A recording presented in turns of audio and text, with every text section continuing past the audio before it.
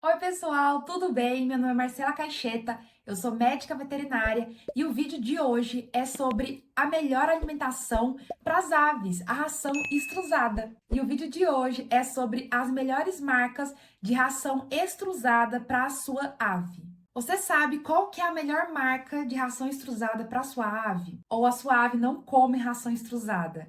Então fica nesse vídeo que eu vou te contar tudo que você precisa saber para dar a melhor alimentação para sua ave e manter o mais importante, que é a saúde dela. Então, por que escolher dar a ração extrusada ao invés daquelas sementinhas que todo mundo conhece? A ração extrusada ela é balanceada, rica em nutrientes e evita que o seu animal fique obeso e evita problemas de obesidade, deficiência nutritiva e doenças hepáticas, que é muito comum de ave em cativeiro. Ela também tem um formato padronizado, o que ajuda a distribuição correta dos nutrientes e ajuda também a reduzir o desperdício pelos animais, né, pelas aves, já que a gente sabe que o animal bagunceiro que gosta de jogar alpiste, ração para todo lado. Então agora vamos conhecer quais são as melhores marcas do mercado de ração extrusada para sua ave. A primeira que eu quero falar é a ração Mega Zoo. Ela é uma das marcas mais conhecidas do mercado e ela tem uma linha específica para cada espécie de ave,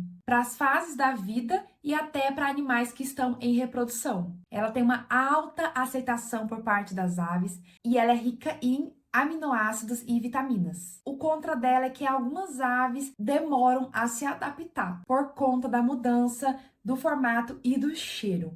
Mas com o tempo elas se adaptam muito bem e eu particularmente gosto muito dessa marca, indico muito para os meus clientes e todo mundo ama. A ave que come Mega Azul não quer nunca mais deixar de comer Mega Azul. A segunda é a Nutrópica. Ela também é uma marca excelente e muitas aves gostam do sabor e do cheiro que ela tem. Ela possui boa palatabilidade e ela possui ração própria para papagaio, para calopsita, periquitos e até os canarinhos. O único ponto negativo dela é que ela possui o preço um pouco mais alto. A terceira é a Alcon Club. Ela também é uma marca bem famosa aqui no Brasil e ela também possui a ração extrusada ou ração natural. Ela também é sem corante, tem uma boa palatabilidade e ela possui um custo-benefício interessante. A gente tem só que tomar cuidado porque algumas linhas têm corante artificial que eu não recomendo, eu prefiro a sem corante. A quarta é a Zootécnica, que é mais utilizada em criadouros. Também é uma ótima ração